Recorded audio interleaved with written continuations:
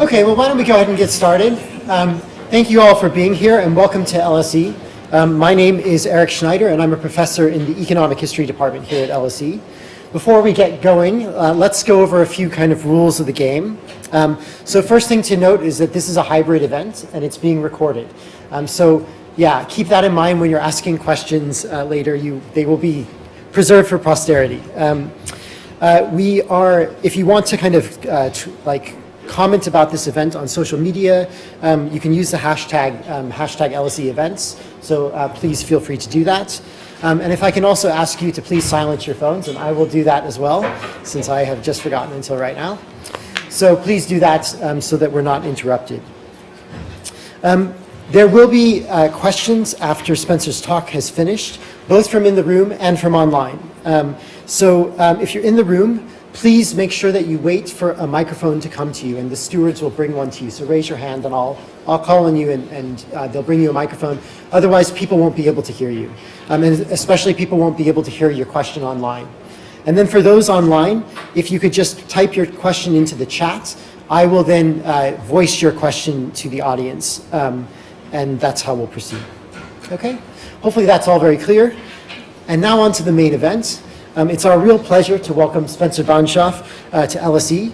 Spencer has been here all week as a visitor affiliated with the Global School of Sustainability and the Economic History Department. And it's really been fantastic to get to know him better. And I know that scholars across the school have really benefited from engaging with you and learned a lot. So thank you for being here. Spencer is professor at North Carolina State University and the director of the Center for Environmental and Resource Economic Policy there. He's a leading environmental economist, publishing in top economics journals and editing the Review of Environmental Economics and Policy. So I'm going to have to lift this up because I'm not going to be able to read it. So he's a true. Sorry. I should say, I have recently had a child, and so I'm a little bit not as sharp as normal. Anyway, Spencer is great at two things. The first is environmental economics.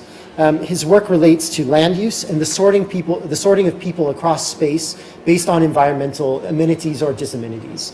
And he has a really brilliant paper about historical Pittsburgh that talks about how basically the levels of pollution across neighborhoods affected the way that people moved into that city, and especially the way that African Americans who are coming up from the South during the Great Migration sorted into Pittsburgh. So basically, black people sorted into more polluted neighborhoods, okay? So this is really important. It shows us how the environment is actually affecting the economy. In addition to this excellent work in environmental economics, Spencer has also had a long-run interest in the history of economics. In fact, he told me the other day that his undergraduate dissertation was on the French physiocrats, the people who coined the phrase laissez-faire, right? So this goes a long way back. But his more recent work has really been on the development and the history of environmental economics as a subdiscipline of economics. And he has a great book, Pricing the Priceless, A History of Environmental Economics, that traces the development of how economists have thought about the environment. So how do we value nature and natural resources, and how do we incorporate the environment into economic models? So the book shows how environmental economics has become a tool not only for resource extraction, which is I think the way that the common person would think about economics, but also for environmental protection. And so in tonight's lecture, Spencer will reflect on the lessons of the development of environmental economics as a subdiscipline and think about how that helps us consider how to,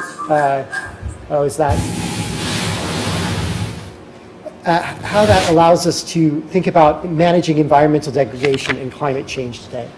So Spencer, over to you, and I'll fix that for you. I apologize. Yeah. Let's end your call there.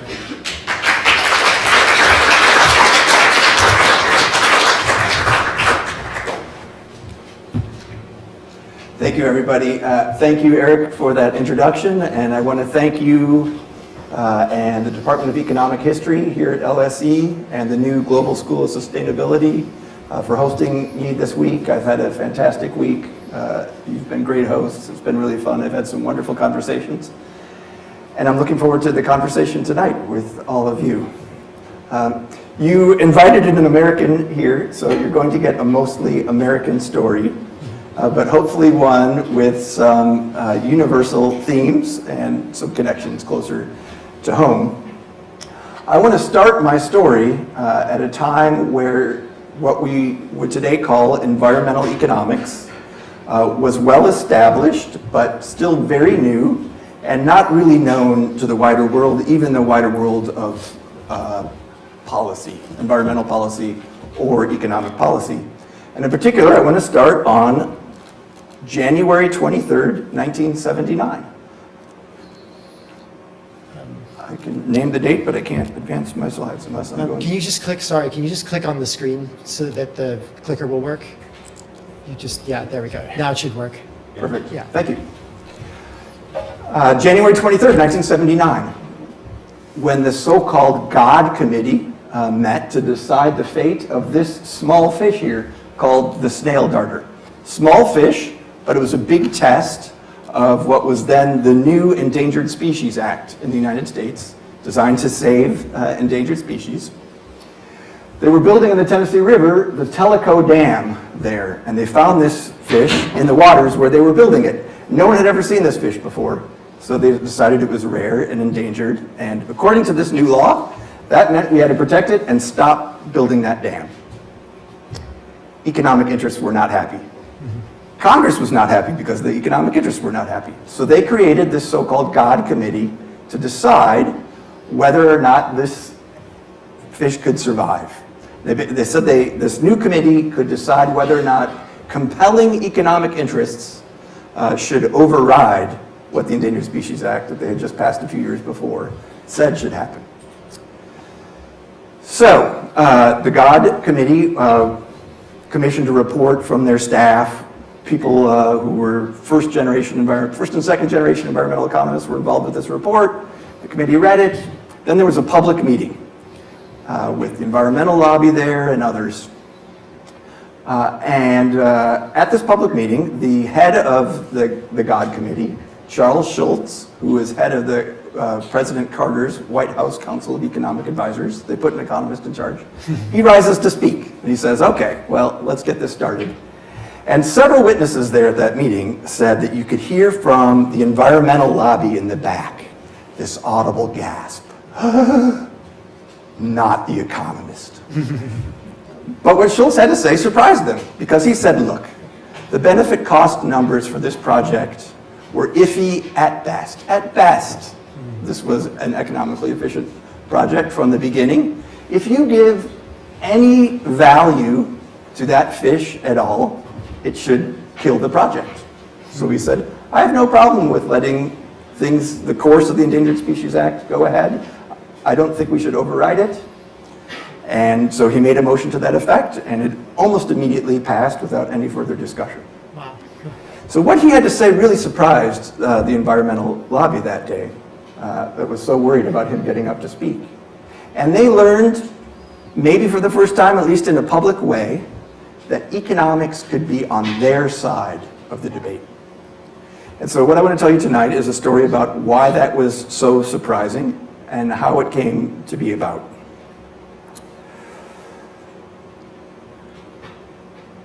Nope, I lost it again. So, I want to start at about the turn of the 20th century with a debate in what became known later as the environmental movement, but not called that at the time, a debate between two prominent Americans involved in conservation and preservation, Gifford Pinchot and John Muir. So Gifford Pinchot was a very privileged man. You can tell just from the photographs their difference there. Pinchot was a very privileged man. He was trained as a forester at Yale University and then in Europe. America at that time had no professional forestry. So he became essentially the first from his European training. He became an early chief of the U.S. Forest Service. He founded the Society of American Foresters. Later, with his father, he founded the Yale School of Forestry. And then much later, he became governor of Pennsylvania. He had a progressive vision for rational planning that he thought could help overcome the waste of laissez-faire. Laissez-faire was inefficient, it was plagued by monopoly and foolish, irrational behavior by individuals. We needed the experts to bring rational planning to conservation, especially of forestry. But he wanted to do that with a utilitarian basis, based on Bentham's maxim of the greatest good for the greatest number over the longest time. And he really emphasized over the longest time part as part of his conservation. And Bentham talked about happiness. He talked about the good. And his view of the good was very materialist. So he once said, there are just two things on this material earth: people and natural resources. People and natural resources on this material earth. That's just the two things that count. So everything was about the wise use of natural resources. That was his motto, the wise use of natural resources. So the expertise comes in the wisdom part, but ironically, for how we usually conceive of conservation, it actually involved use of resources. Okay, so you could waste resources in different ways. You could waste it by using it too fast and wastefully. You could waste it by not using it at all. Okay, so if a tree grows in the forest and is never cut down, it's of no use to people. All right, so that's Pinchot. His opposite is John Muir. John Muir was Scottish-born, immigrated to the United States when he was 11, I believe. Son of a farmer who could barely read. Showed a lot of promise, took some university courses, but they really couldn't afford it. So he didn't go to university. He was working in a machine shop when there was some accident that damaged his eyes. And for like a month or so, he was worried that he would never see again. He did, he recovered. He recovered fully, but this episode made him, was a real awakening to him. It made him feel like life was too short to do anything but live for his passion. So he was in Indiana, up by the Great Lakes, and he hiked from there all the way down to the Gulf of Mexico. Then he went to California and hiked the Sierra Nevada mountains, where he fell in love with that landscape and made his life work the preservation of that landscape in an area that eventually became, in his lifetime, Yosemite National Park. So he basically led the charge to create that park. And then he also created the Sierra Club in defense of that area and wilderness generally. Now, unlike Pinchot, who is this utilitarian and rational planner, John Muir was very anti-anthropocentric. He was more of a transcendentalist who talks about leaves, rocks, bodies of water as sparks of the divine soul. Landscapes are blessed. Waters will wash away sins as well as dirt. The clearest way to the universe is through a forest wilderness, like that. And so he emphasized the intrinsic value of nature, and that intrinsic value has two parts to it. First of all, the value of nature is not necessarily instrumental. It has nothing to do with how people can use it for something. It's just good in and of itself. And then second of all, its value is independent of human evaluation. It just is, regardless of what we think about it. Okay, so for someone once asked him, well, what is this? Why rattlesnakes? Why do we care about rattlesnakes? He said that they're good for themselves, as if nothing does not obviously make for the benefit of man had any right to exist, as if our ways are God ways. They are good for themselves, and we need not begrudge them for their share of life. Okay, so very different perspective. And in their different perspectives, they jostled over how to shape the vocabulary of the two sides of their movement. They both wanted to say that what they were articulating was what conservation means. This is conservation. Pinchot says it's wise use. John Muir says it's protecting things for their own good. They jostled for that, and in the end, Pinchot won. So the conservation movement basically becomes associated with Pinchot, and Muir had to pick another word, so he got preservation. And so Pinchot would say that Muir just wanted to not let nature be used, but to be locked up, not for humans, but preserved from humans. Other ways, there are similar distinctions throughout the history. Some historians have called this, the Pinchot's point of view, the imperial perspective, and Muir's the Arcadian perspective. Someone like a Linnaeus might be associated with that imperial perspective, trying to understand how we can learn from nature in order to advance an empire. Gilbert White, here in the UK, maybe more like Muir. Despite their differences, at first they were tactical allies, fighting against what they both called the gobble-gobble school of economics, of laissez-faire, gobbling up resources too fast. And they were appointed to serve on various committees together and so forth. Supposedly they had mutual respect at first, but as specific decisions had to be made for these committees about how to dispose of particular governmental lands, they kept disagreeing and eventually got more and more angry with one another and had a falling out. And their blows came to a head when we got into John Muir's backyard of Yosemite, which was already preserved by this point, but the city of San Francisco, not far away, had had a devastating fire recently, and they were looking for a new source of water for the city, both for drinking water and for such things as fighting fires. And they said, hey, there's a great valley up there in Yosemite, the Hetch Hetchy Valley, let's dam that and make that a source of water. And of course, as you can imagine, Muir was apoplectic about this. Damn Hetch Hetchy, he said. Lots of puns with damn with and without the N. Damn Hetch Hetchy, as well damn for water tanks, the people's cathedrals and churches, for no holier temple has ever been consecrated by the heart of man. Pinchot replies, yes, I take your point. Yes, it's beautiful for sure, but the need here of the people of San Francisco is overwhelming. Surely that takes precedent, so we have to dam it. And guess who won? So Hetch Hetchy was damned for that purpose. So they're coming to blows here over these issues. Two sides of what would later be something like which later we would call an environmental movement, but not easy allies. And they had many differences. They had a difference in values, but they also had a difference in their politics. So Pinchot wanted to use something like benefit cost analysis to understand how to use our resources.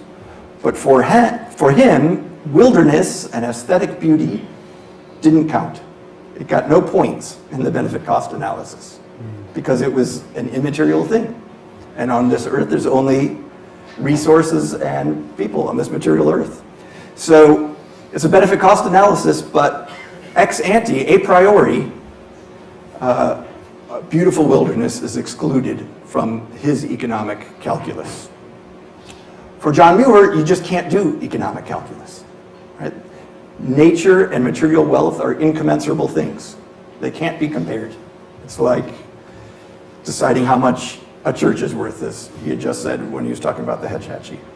So between this difference in values and this difference in politics, the movement was at a very unsatisfying impasse. So I want to go from there to how we could end up with something called the economics of the environment some 75 years later, and I want to tell that story in 4 chapters. I'm going until when again? Until 7:30. 7:30, yeah, okay, good. And when we say economics of the environment, there's 2 key words in that, right? There's economics and there's the environment. So let's unpack those for a minute. And first, think about what economics means. Those of you who have had an economics class, you probably had a definition. I see some younger people here, so think for a second about the definition of economics you have in your head. And now I'm going to challenge it historically, because it was quite different around 1900. For the first half of the 20th century, it was quite different. Economics was what normal people think economics is, which is a study of the economy, of material things. So we're here at LSE, so let's look at a first generation LSE economist, Edward Cannon. And his textbook, he defined it this way. The aim of economics is the explanation of the general causes on which the material welfare of human beings depends. Sounds a lot like Pinchot, doesn't it? Material welfare, human beings. That's what economics is. And you'll see this in other textbooks. Alfred Marshall around the same time, bigger book, says roughly the same thing. There are American textbooks from the same time period. They're all saying roughly the same thing.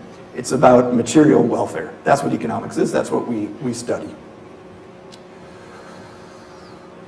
Okay, and there are many people thinking over long periods of time, thinking about how to harness natural resources for material wealth. Okay, so there's something like an environmental economics coming out of this natural resource school of thought that's really about advancing human welfare and advancing the economy. It's almost like a development economics. How can we harness our resources to do that? So there are questions about how to do that in the Scottish Highlands. There are questions about how to do that in the American West, which is obviously what my American economists are thinking about. Okay, so that's the economics half. What is the environment circa this time period? We think about the natural environment, the environmental movement. That's all post-World War II language. That was not happening during this period of conservation and preservation. Those were the words, not environmental. So the word environment is actually a new word in English in the 19th century, and it first just means, just what's around you. Milieu. So there's the environment here in this room. It's just meaning that. About halfway in its evolution from that, in the late 1800s, to the environmental movement associated with nature and pollution and all that stuff post-war, you get the urban environment. And that starts being discussed in the early 20th century. The urban environment and the quality of, the beauty of the city, the quality of the architecture, of the housing, the schools in which people are living, being educated in, the opportunities for recreation in parks, and pollution as well. So one example of that I want to tell is in the city of Pittsburgh, in Pittsburgh, Pennsylvania. Very dirty city. There's one visitor, James Parton, to it in the 1800s, and he says, if you want to see two amazing sights in America, you could go to Niagara Falls, see the beautiful falls there, or you could go to Pittsburgh at night, look down over the hills, and see hell with the lid off, because of the amount of the amount of fire down there from the coal and coking steel making going on, as you can see vividly from that picture. So Pittsburgh became, in the early 20th century, a very important center for the studied area in social science. First, 1906 to 1908, there was the Pittsburgh Social Survey. So Florence Kelley, famous social scientist from Chicago's Hull House, working under Jane Addams, and others, came to study the city and all its living conditions, including labor conditions in the factories and the steel mills and so forth. And from that work on labor, you see this picture here. This is kind of a play on a statue named the Puddler, someone who works in the furnaces, and they're pointing at different body parts and how much the family would be compensated if someone lost these body parts from their work in the mills. And so they're documenting all the difficult life in Pittsburgh, and it becomes kind of a sensation, and city leaders in Pittsburgh were not happy about this. So they wanted to do some more studies that were maybe a little bit more agreeable to them. So they started bringing in other kinds of experts.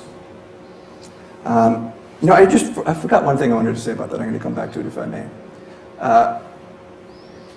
Maybe I'll use that picture. Part of what they were doing in those studies was, it was a new urban movement that was tied to an idea of the city beautiful. We want to make the city a beautiful place where it will be more wholesome to live and to raise children. And it was tied to a sanitary movement that viewed noxious airs coming from the waters or from the soot as the cause of disease. And so it's not just physical disease like pneumonia, that too, but other things too, including something that was called, later people called moral environmentalism. So one writer at the time said, "It is more probable that living in a foul atmosphere, which diminishes vitality, increases the desire for stimulants, induces drunkenness and its concomitants of brutality, immorality, and crime." Okay, so it's a concern about the atmosphere, literally, in the sense of the smoke, but the atmosphere in the widest sense of the term, in which people are living. And they're causally linked in some people's minds. Okay, so there's that work. And then a second round, an urban plan by Frederick Law Olmsted Jr., who wants to replace the city beautiful that I just talked about with the city useful. And he's specifically drawing on Pinchot and others in the wise use movement of natural resources for the urban plan. Pittsburgh, for example, has got these hills. It's a very difficult environment in which to build a city, actually. It's wonderful because of the rivers that all come together. There are 3 rivers. But it's hard to build on these hills. So we have to use the resources of this land and squeeze as much out of them as we can in order to make this city thrive. So it's an urban version of Pinchot's conservationism. So you have his work, and then you have a report of the Economic Survey of Pittsburgh by one J.T. Holdsworth, who is looking at labor conditions and so forth, all the things you would think about, cost of living, all the things you think of normally as economic. But amazingly, to me, first sentence of this study is that the first fundamental need in Pittsburgh is the eradication of smoke. The smoke nuisance is the greatest single obstacle to economic progress. All right? So right from the beginning, he's identifying smoke as an economic issue. Coming out of that report, the Mellons, Andrew Mellon and his brother Richard Mellon, start a new Mellon Institute of Industrial Research. It basically becomes Carnegie Mellon much later. And one of their first studies is to study the smoke problem of Pittsburgh. And this is funded by the Mellons directly through their new institute and also indirectly through the Chamber of Commerce of the city, which is all the business and commercial interests together to boost the economics of the city. And they have John J. O'Connor, an economist, who was the student of this guy Holdsworth who did that economic survey. He's in charge, but it's a big interdisciplinary project. So they put jars around the city to collect ash, and they weigh the jars monthly to see how much ash there is. It's one of the first pollution monitor networks ever, arguably. And then they do chemical analyses of the ash and so forth. They do that. They research the engineering of how to solve smoke problems. They do studies of the effects of smoke on materials, on plant growth rates. They try to do human health. They're not very satisfied with what they can do on that. And then they do an economic study. So the economic study tries to get at the the uncharged cost due to smoke. So what is the cost that smoke is causing on others that they're not paying for? It's like a concept of externalities, if you're familiar with that, but they're not using that word. Pigou is coining that word, something like that word, external effects, around the same time. Or maybe not coining it, developing it. I just want to bring 4 points out of this report. First of all, they again link it to the conservation movement. It's a problem of conservation. The industrialists are not acting on their own interests. They're wasting too much coal. It's going up the chimney in smoke, literally. They could be getting more energy out of the coal if they burned it more efficiently. So there's waste there that would be in their own interest if they controlled it better. It's a nuisance to others. They're using the word nuisance, a legal word, instead of externality, but it's a similar idea. People are paying higher laundry bills because they have to clean things more often. They're cleaning walls and fabrics more often. There's higher lighting costs because no one can see. It's that dark there. There's a cost to commerce, so some industries won't locate there. Textiles won't locate there because as soon as they make anything, the fabrics would get dirty. Maybe there's disease, they can't quantify that economically. They talk about costly adaptation to smoke, a word we use a lot today in environmental economics, adaptation. So people wear black instead of bright colors so it won't show the soot. They wear washable fabrics so that they can clean it more often, and so forth. Fourth point is that they're saying that it puts Pittsburgh at a competitive disadvantage. It's a tax on living in the city.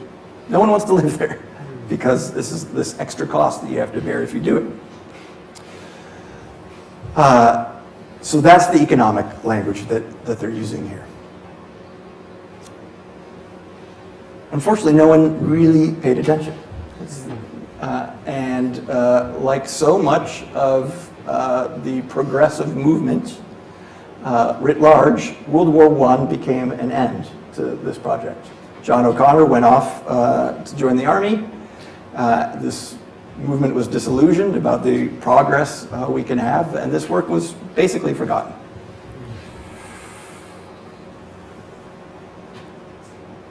Chapter 2, the economics of outdoor recreation. We're in the 1930s now, 1930s to 1950s, but starting in the 1930s, the United States passes the Flood Control Act of 1936, which is for all the dams we're building in the American West, you have to do benefit cost analysis for them to see, whoever gets the benefits, whoever gets the cost, it doesn't matter, just add it up, and we'll do the projects that come up with the highest benefit to cost ratio. That will be how we'll prioritize all the projects. Okay, but of course the bureaucrats all want to build more projects. So they're trying to come up with methods and, what's the word I'm looking for? Bureaucratic, what's the word I'm looking for? Someone help me out. The techniques, no one's going to help me out. You know what I mean? The plans, how are you going to do it, right? We have to have a manual.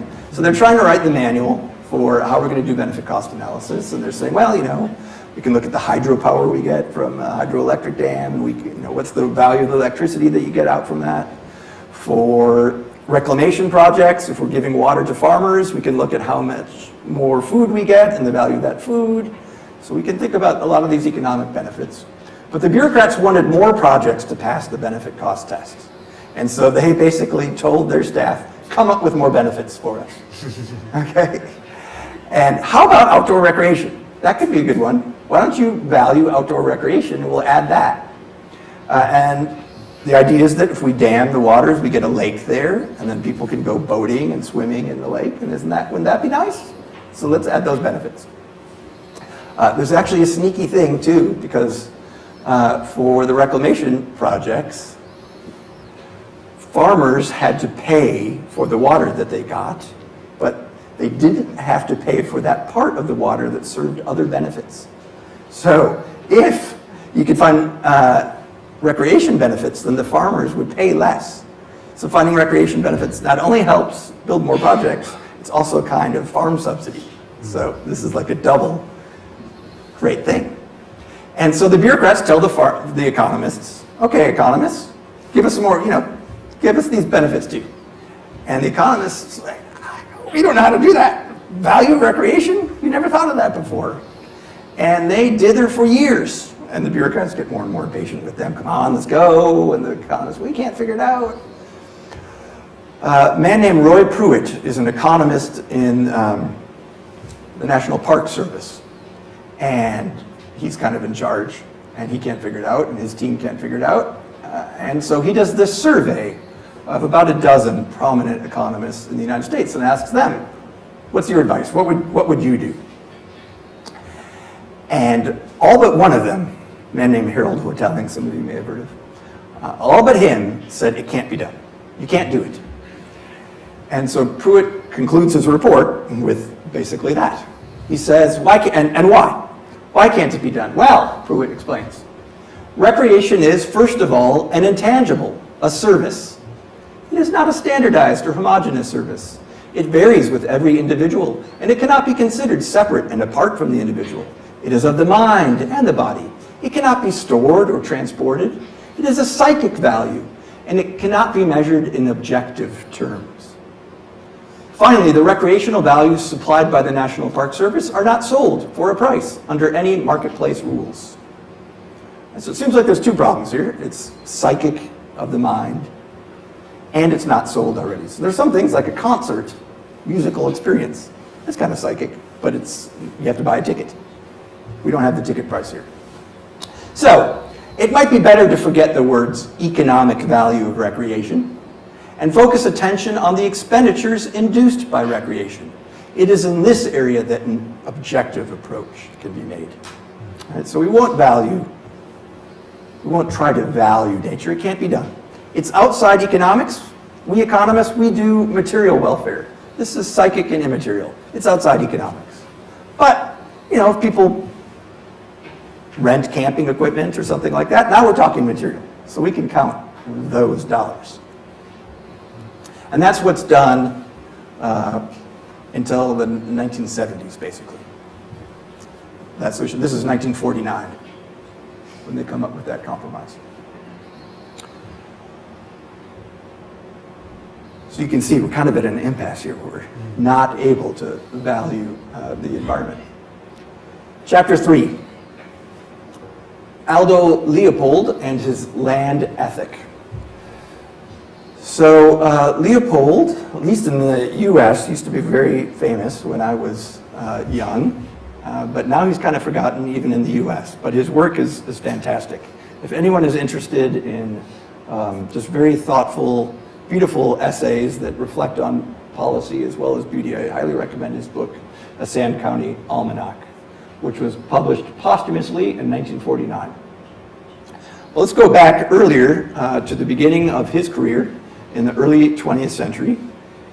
He basically wants to follow Gifford Pinchot's footsteps, and he really quite does. So he goes to the Yale School of Forestry for training. Remember, that was founded by Pinchot. First, he goes to an undergraduate program there. It's kind of preparatory just for the School of Forestry. And he gets a very interdisciplinary education with some economics in it, a utilitarian point of view, Pinchot's point of view on things, and so forth. And then after he graduates, he goes into the U.S. Forest Service. Okay, and he's basically just doing your standard logging and so forth. And then his career kind of maps the evolution of several movements. So he's there doing that, and then we start to get, even in the Forest Service, we get multi-use planning. So the idea is, well, we're growing the forest for the trees to cut down eventually, but while they're growing, people can enjoy it for recreation, and so let's take advantage of that. Let's use them as much as we can while they're growing, as well as when we cut them. And let's manage it for better game and so forth. So he's helping manage the lands for game, for hunting. And part of that in the bad old days was shooting wolves. Wolves are bad because they kill deer, and we need more deer so people can kill the deer. So he kills this wolf, and he has this, as he tells it later, this epiphany at this moment where he goes up to the dead wolf and he sees the fierce green fire die in her eyes. And he starts to think, well, maybe we're missing something in how we're managing. Maybe this wolf is really something special that we're disregarding. So he quits the Forest Service and he goes to the Department of Agricultural Economics at the University of Wisconsin, which is like a top school in agricultural economics still today, but then especially it was like maybe the top, arguably. And so he's in a Department of Economics, right? And he had that interdisciplinary training. And he starts thinking about this question about what was he neglecting. And in some ways, he moves from Pinchot, where he started, towards the John Muir point of view. You could say that as kind of a first approximation to what he does, but also he wants to say they're both wrong. And he wants to forge a third way, or a middle way, something like that. They're both wrong. Pinchot's wrong for neglecting the intrinsic values of nature. Muir is wrong because there's just no way we're going to do some, Yosemite parks and lock up some wilderness places, and that will do it. That's not going to do it. We need to have a land ethic everywhere humans are too, in our own backyards, not just special preserved places. We need a better relationship. So he tries to bring in ecology and economics together to do that.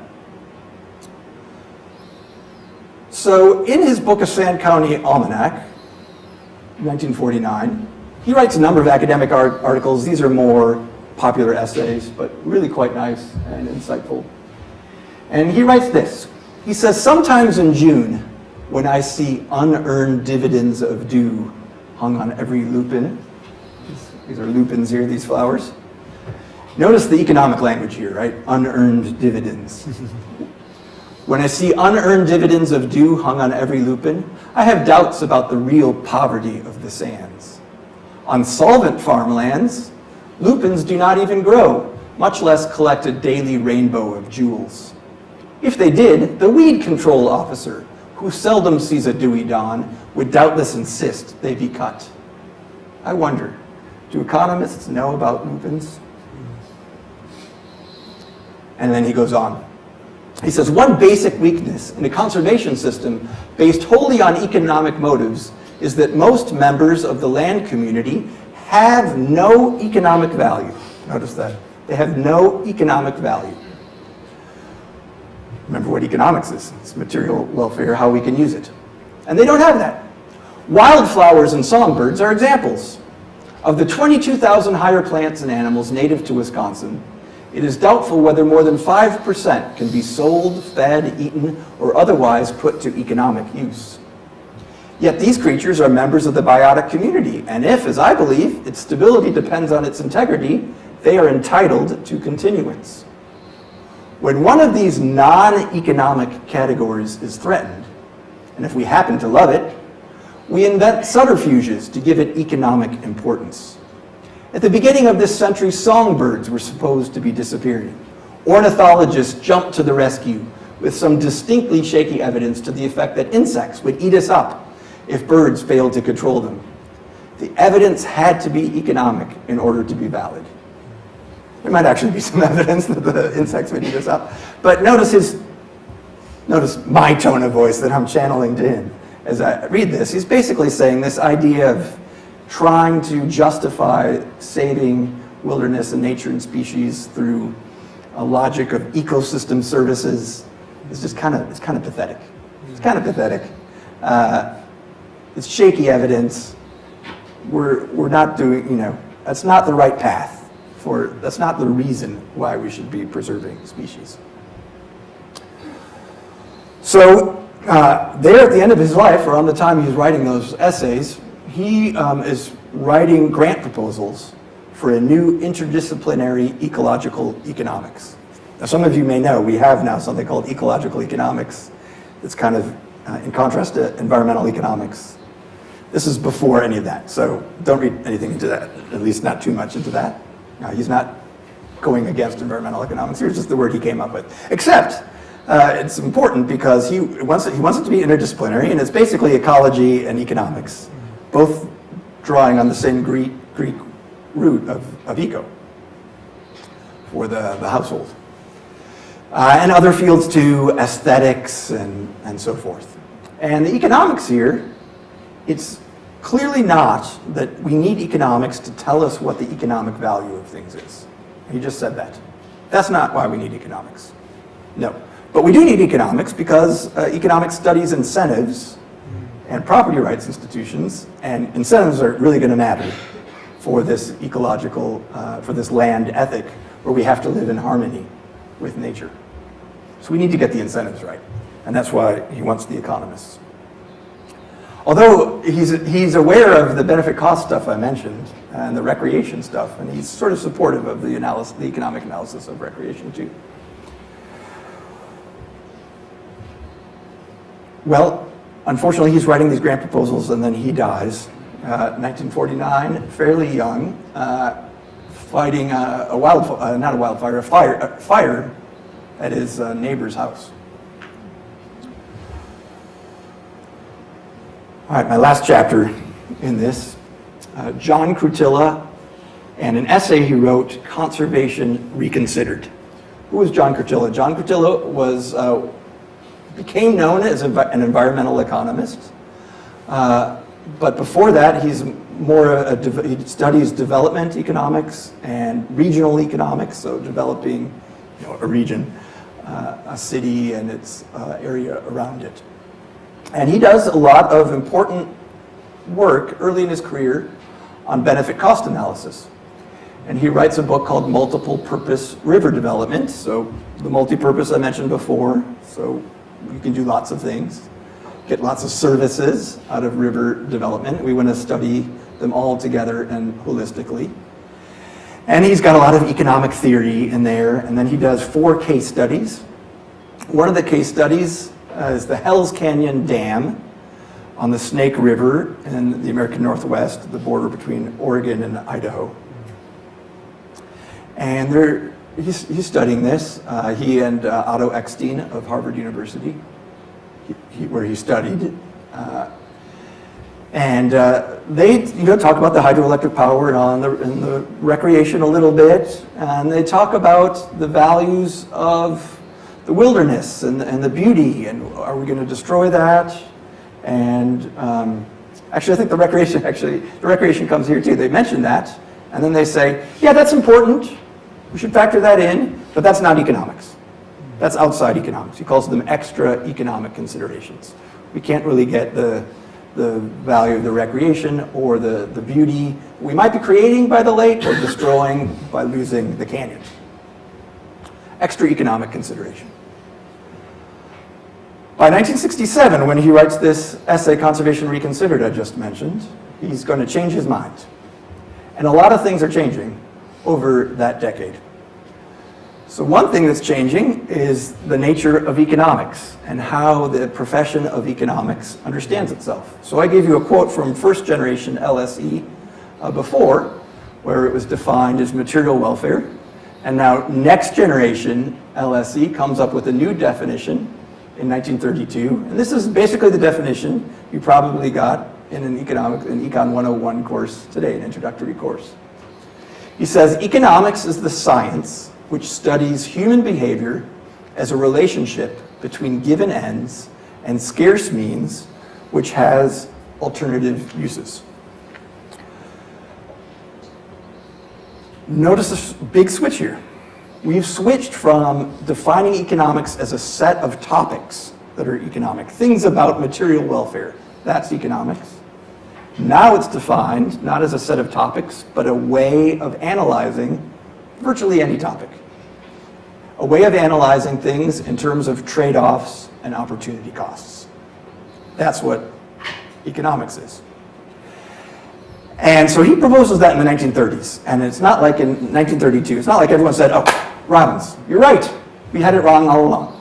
It takes a long time for this to sort of seep in.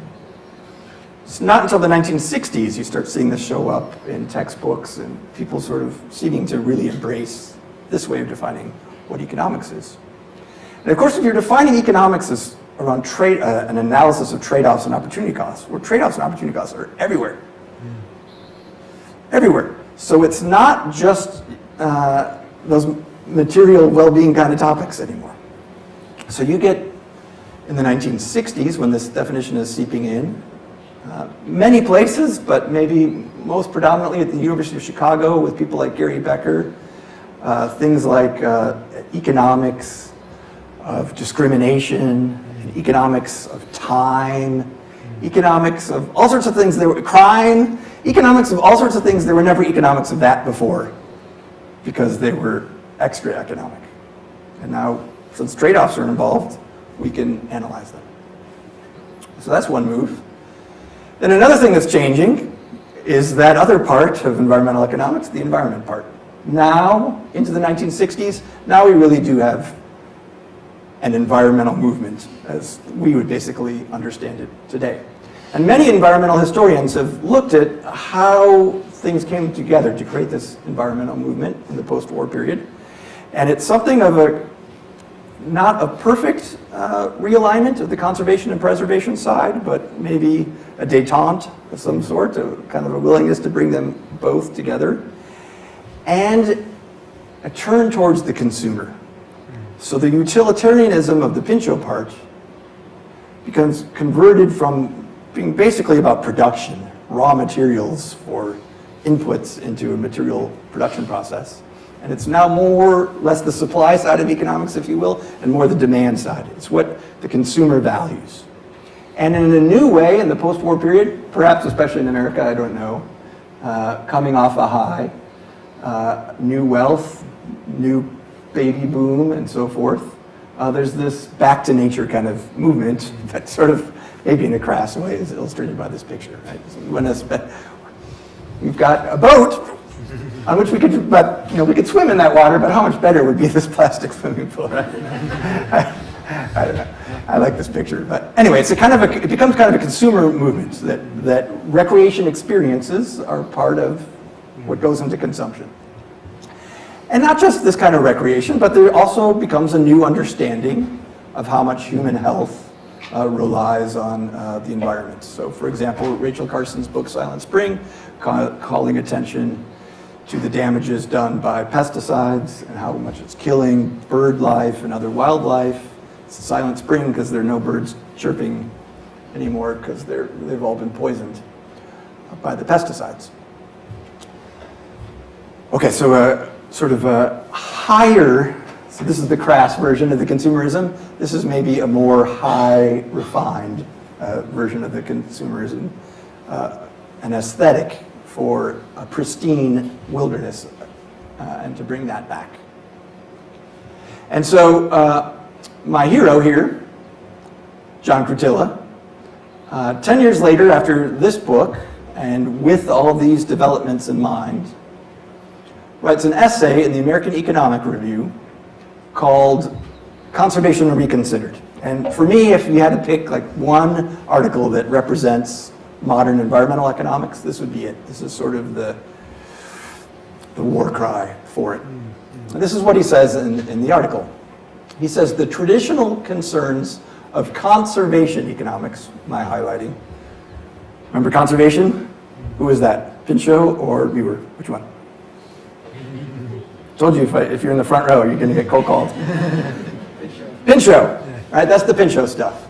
The traditional concerns of conservation economics, the husbanding of natural resource stocks for the use of future generations, husbanding of natural resource stocks for future generation, for use of future generations, may now be outmoded by advances in technology. On the other hand, the central issue seems to be the problem of providing for the present and future the amenities, consumer amenities, associated with unspoiled natural environments. When the existence of a grand scenic wonder, like Hell's Canyon that you looked at, when the existence of a grand scenic wonder or a unique and fragile ecosystem is involved, its preservation, that's the Muir stuff, its preservation and continued availability are a significant part of the real income of many individuals, namely the spiritual descendants of John Muir, the present members of his Sierra Club, the Wilderness Society, that's Aldo Leopold, and others to whom the loss of a species or the disfigurement of a scenic area causes acute distress and a sense of genuine relative impoverishment.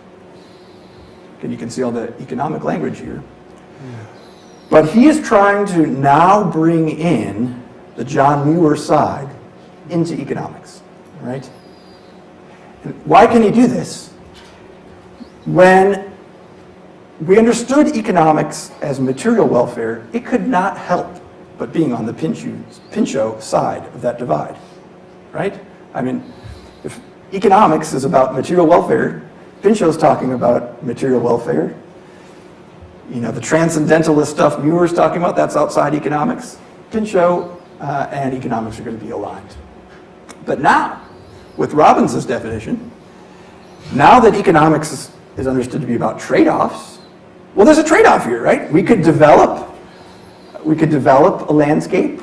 We could dam the Snake River, put a dam there and get hydropower and a lake and irrigated waters and so forth. Or instead, we could preserve it and have that natural wilderness. But you can't do both. It's one or the other. And each is the opportunity cost. Each comes at the opportunity cost of the other. Opportunity costs are reciprocal. Okay, so there's a trade-off there. And economics is about trade-offs. And the John Muir preservation side of that trade-off counts as much as the Pinchot development side of that trade-off. It's a question of which way to go and understanding the cost of going one way versus the other. Okay, so that's my first bullet here. Love of nature counts in the economic calculus now. And then he basically argues and does many studies over the next 10 years or so with colleagues at his think tank, Resources for the Future, in Washington, D.C. He does a number of studies on this, and he basically is coming to the conclusion that we've been too far on the development side and not far enough on the preservation side. And so, at the margin, we should be preserving more. And in fact, he goes back, do I have this slide? Yeah. In fact, he goes back to Hell's Canyon, revisits it, and says, yeah, we shouldn't have done that. We should have preserved it. And there's now going to be a new, actually there is at this time, a proposal for yet another dam. And he says, he's testifying to say, no, we shouldn't do that. And what are his arguments? He makes a few arguments. I'm just going to lay them out here at a high level. First of all, he's saying there's something that he calls asymmetric technical change. That's a mouthful, but what does he mean by that? He's saying that for the Pinchot stuff, the raw materials used for production, we're increasingly getting better at that and developing substitutes. Okay, so we don't need to be as destructive, or we don't need the resources as much. We can protect some resources and find another way to do things. But we don't have that for the ecosystem services. All right, so that's the asymmetric part of the technical change. We don't have good substitutes for the environment. And then he says there's an increasing value over time for the natural environment. It kind of comes down to supply and demand. So the supply is decreasing, so the value is increasing because the supply is falling. Why is the supply falling? Well, several reasons the supply is falling. First of all, development is irreversible. So every time we pave paradise, paradise is gone. We can't get it back.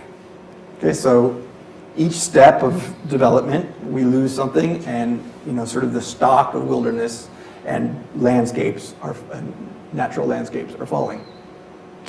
Second, I've already said this, they're irreplaceable. So we can't, once they're gone, we can't replace them with something else. And then there's the public good nature of natural environments, the externalities, or the public good problem.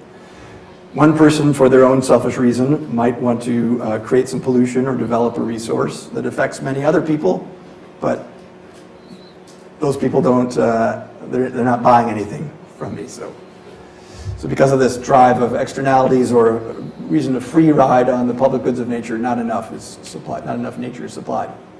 And then finally, on the demand side, he thinks there's increasing demand for natural landscapes, for natural beauty and wilderness, because of the new post-war consumerism and desire for it. More time, more leisure time, more money to buy equipment, and as people are doing more and more outdoor recreation, they're kind of getting a taste for it, so you get some learning by doing, kind of feeds on itself.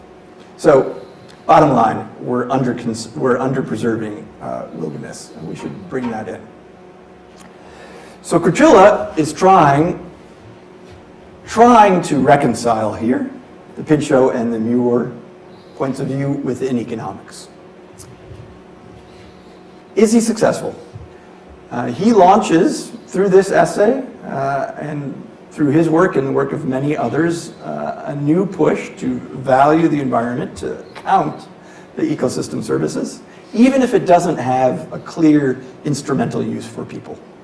So he talked about the existence of these species, so that we get these existence values, they're called, from this essay. So we might value the polar bears, but not because we can use them in any way, right? I'm not going to go visit a polar bear. I might pay to not have to visit the polar bear. But yet, I might pay to preserve the polar bear because I think polar bears are great and valuable. So he's taking away the instrumental part that Muir objected to in Pinchot, but yet we're still valuing the polar bears. We're still going to preserve the polar bears if we value them, right? So it's still human beings doing the evaluation, which I think Muir and many others would, to this day, would object to.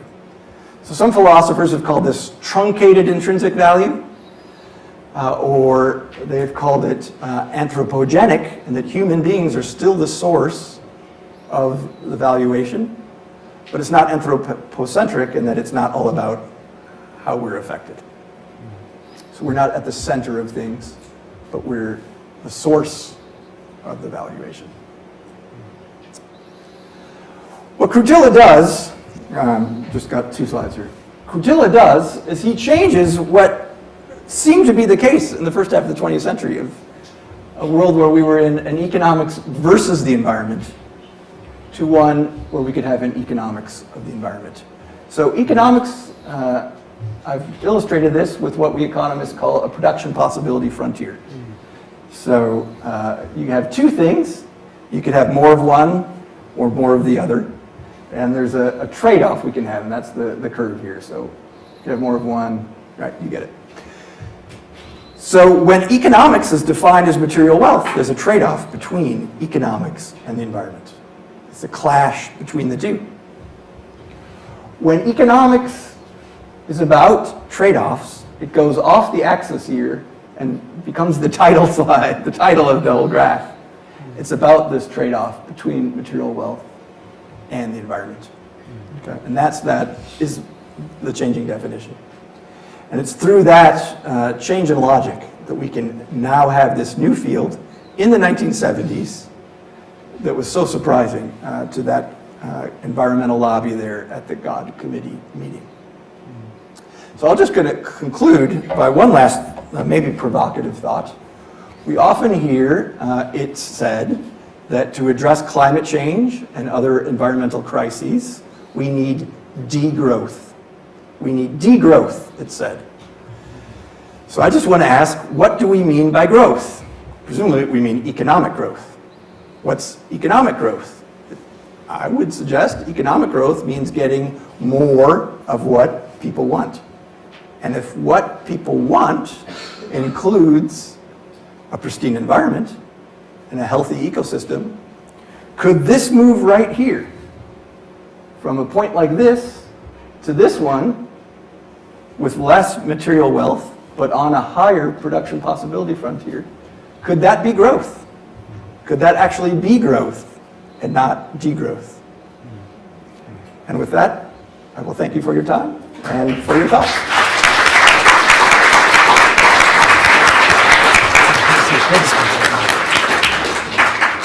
Yeah, thanks so much, Spencer. That's fascinating talk. Can we open the floor for questions, please? Should be just you can leave that on. I think it'll be fine. I don't want to mess it up. Any questions? I'll get us started, but make sure you're thinking of some questions in the meantime.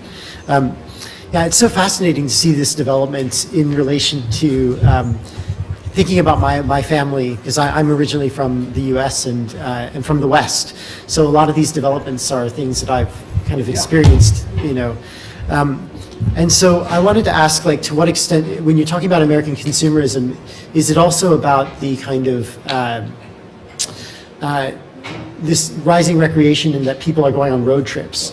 It's like the rise of the car and the American road trip, which then is about getting to these beautiful places and then revaluing nature in that sense. Yeah, for sure. I mean, yeah, getting out of the city and getting out to nature and trying to, create some of that in the suburbs as well. More green space, a preference for the suburbs, out of the smog and in the greenery. Yeah. Yeah. Yeah, and that certainly becomes more possible in that time.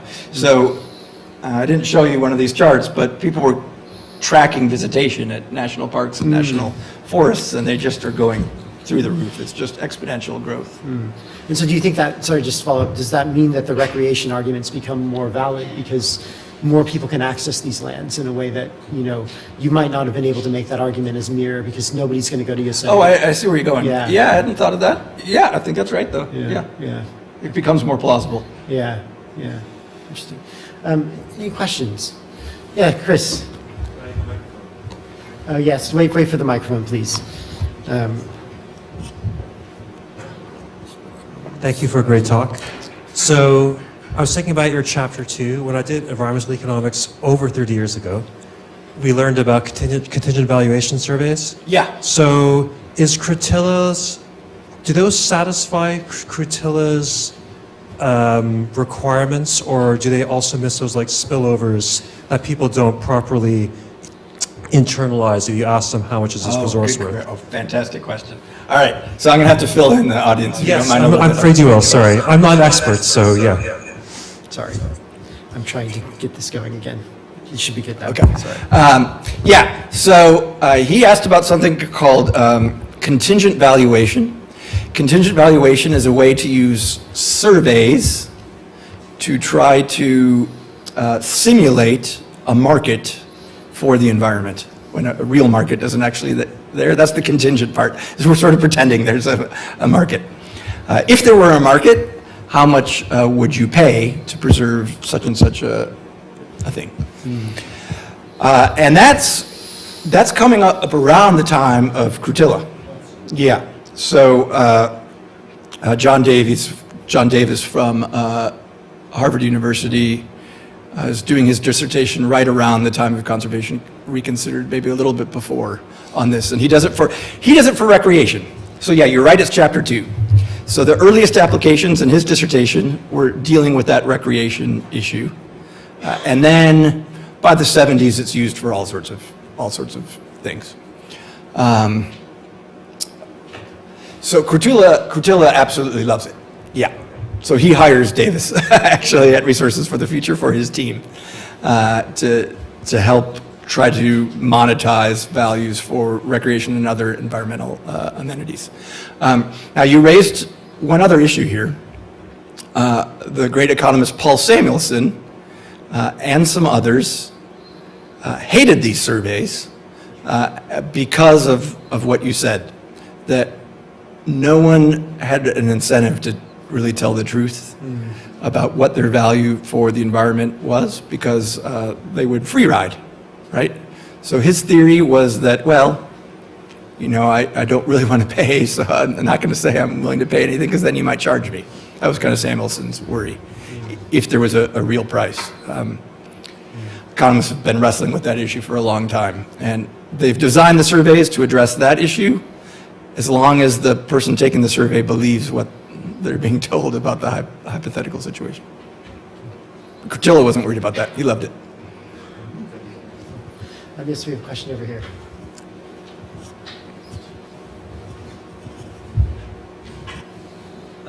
At the end, you talked about how many people thought the way forward was degrowth. I was wondering what degrowth actually was.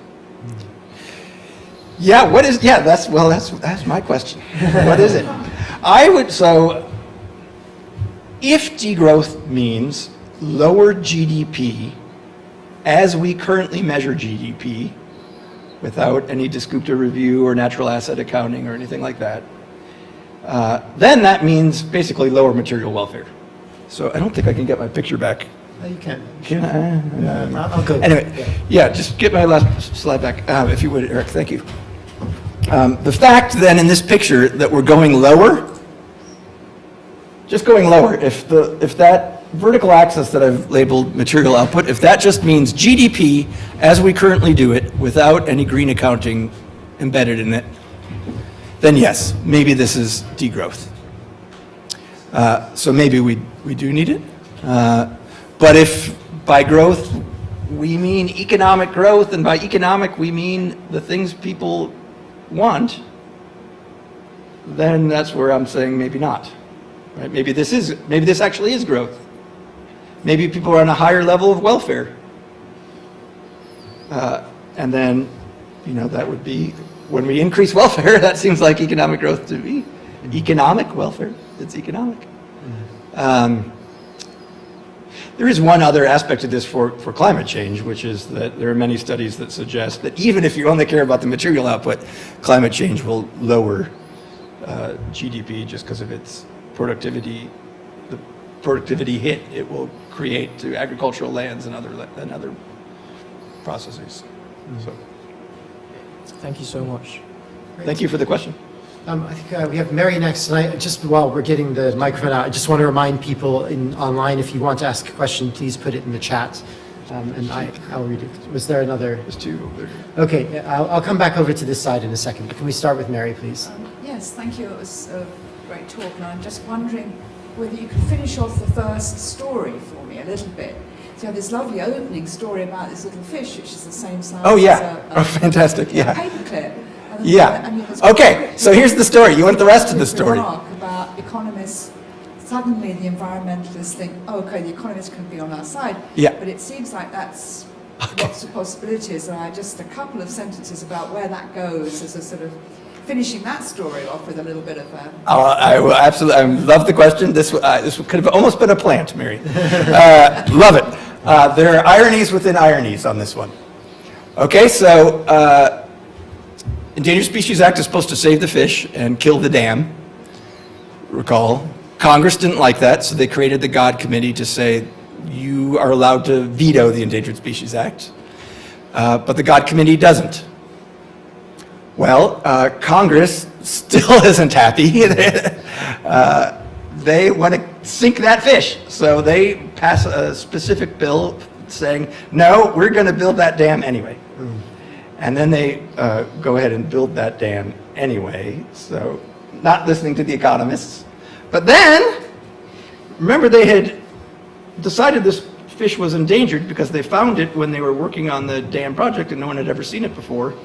But then, over the years, they find this fish everywhere. So it really wasn't endangered.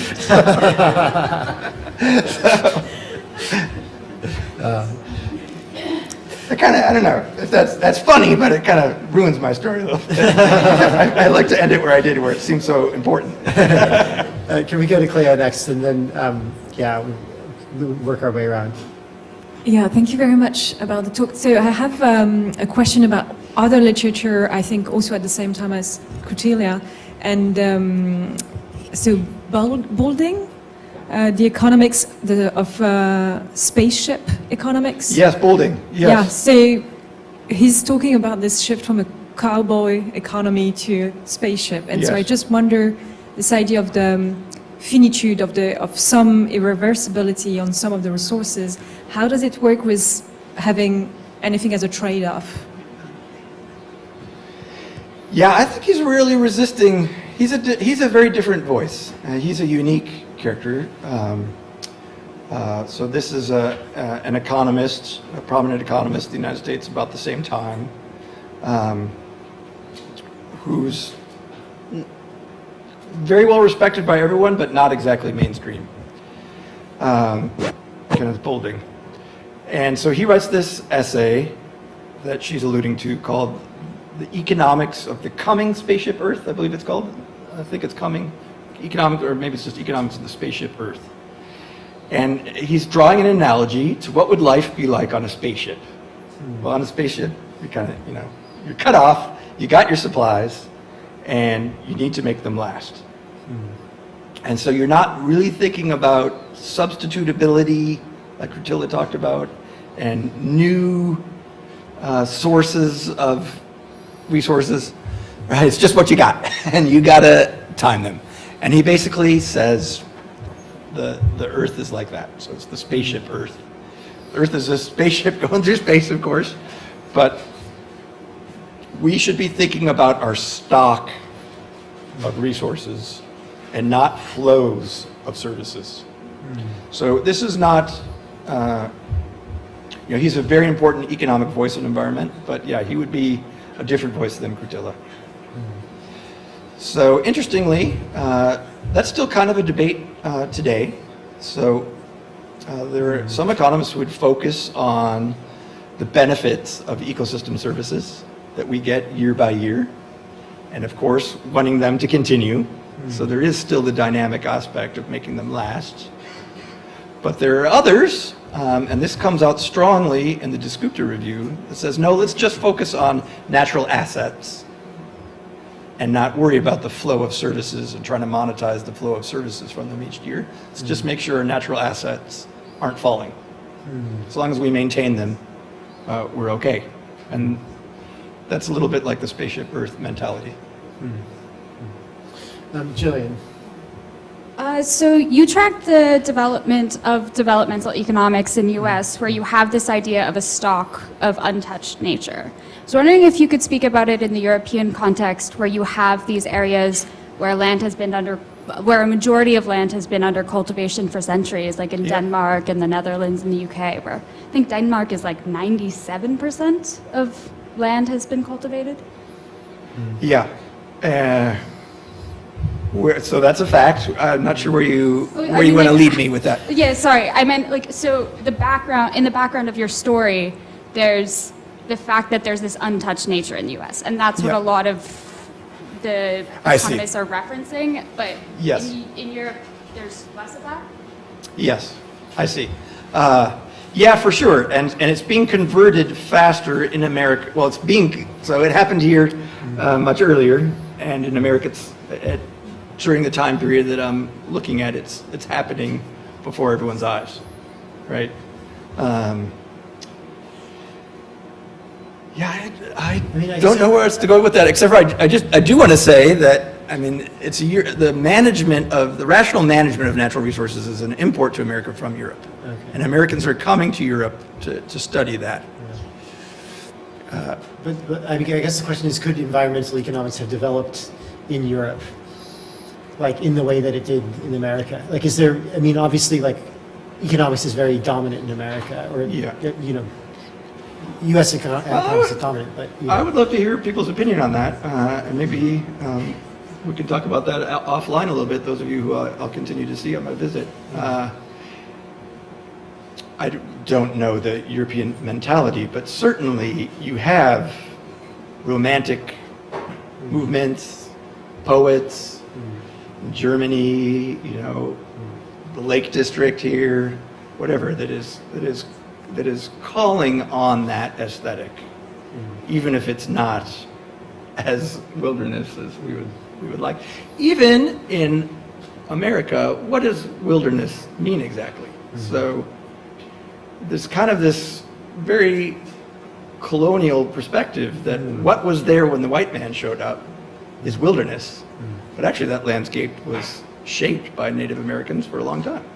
So those are interesting. I just want to say that so that natural resource management was an import from Europe, because Europe was, for the reasons you said, Europe had to think about natural resources. Not only did they have to steward them so much more carefully, but it was already, like, forests were already a crop in 1900.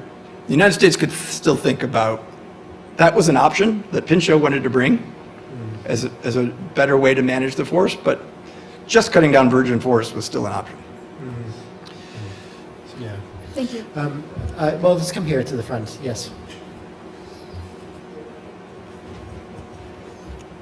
It's okay, Yonka, you can be next. So yeah. Hello. Yeah. Linking to like your definition of growth just now. Let's say if the definition of growth is by GDP, so how could you actually like practically balance a healthy environment and a good economy? Because I was wondering, let's say you cut power plants, but then some people work at power plants, right? Yep. So they won't have jobs. Or like countries that's main source of economy is based on those power plants or coal. Yep. Like it doesn't seem to practically work in my opinion, and so I was wondering, like, yeah. Yeah, I'm not going to give you an answer, but I'll just lean into what you're saying, is that there are tough trade-offs here. And, it's going to be an important social and political decision how to reconcile those trade-offs. Trade-offs can be made in different ways, right? So you could, think about, do you want to provide a dole for people whose jobs are lost? Do you want to, work extra hard to find new employment opportunities for them?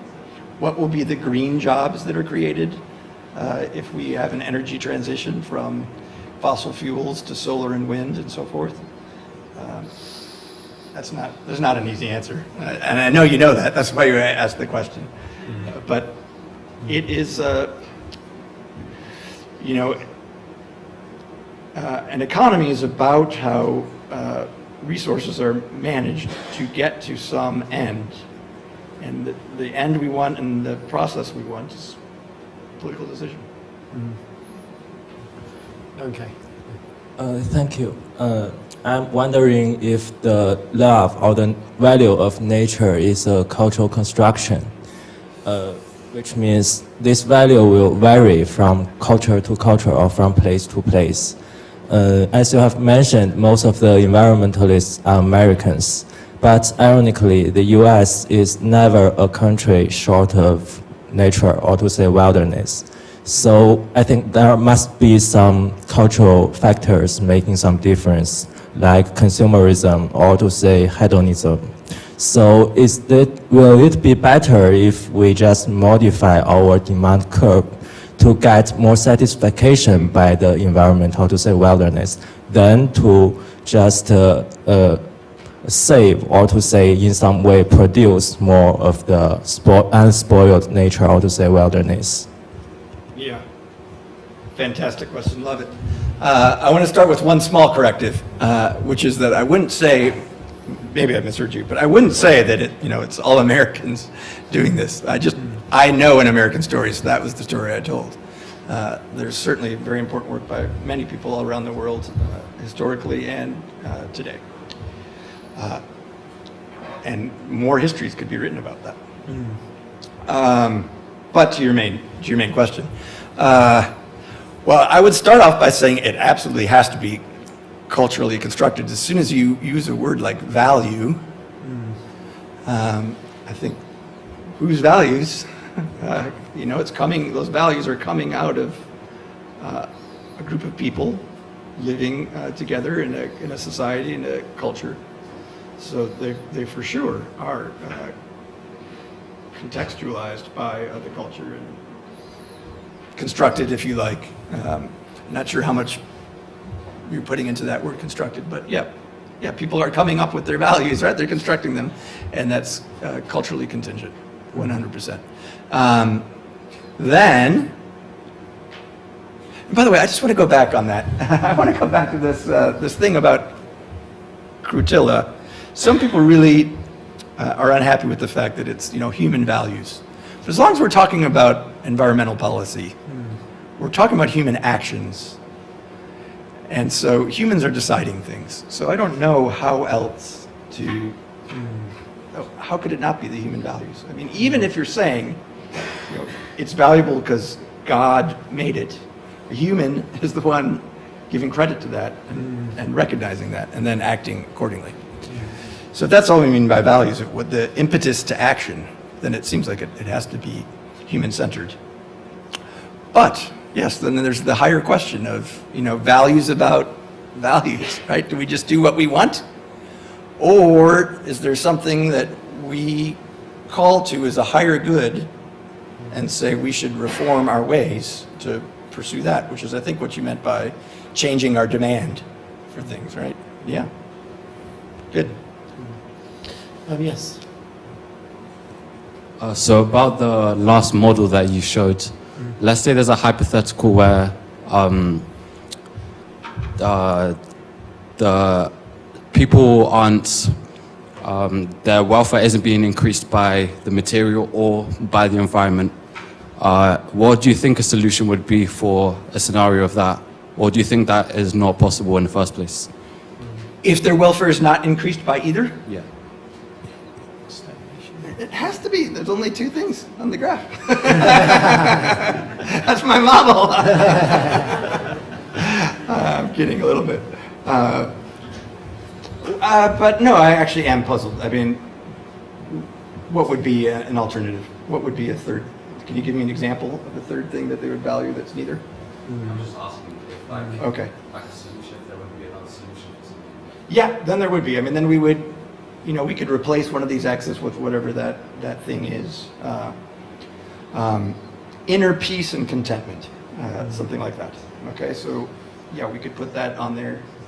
And if instead of material output, yeah, we just want time to rest and enjoy being, something like that.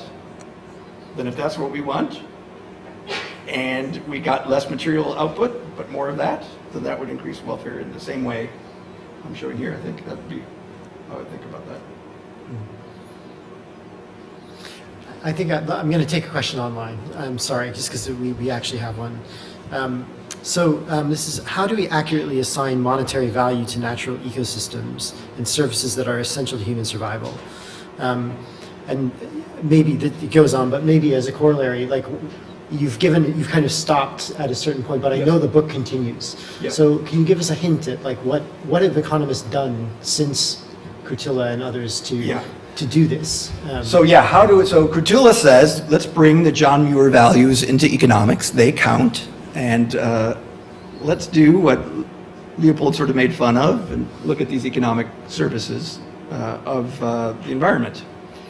And economists have come up with different ways to do that, depending on the question, depending on the resource or the kind of benefit that the environment is providing.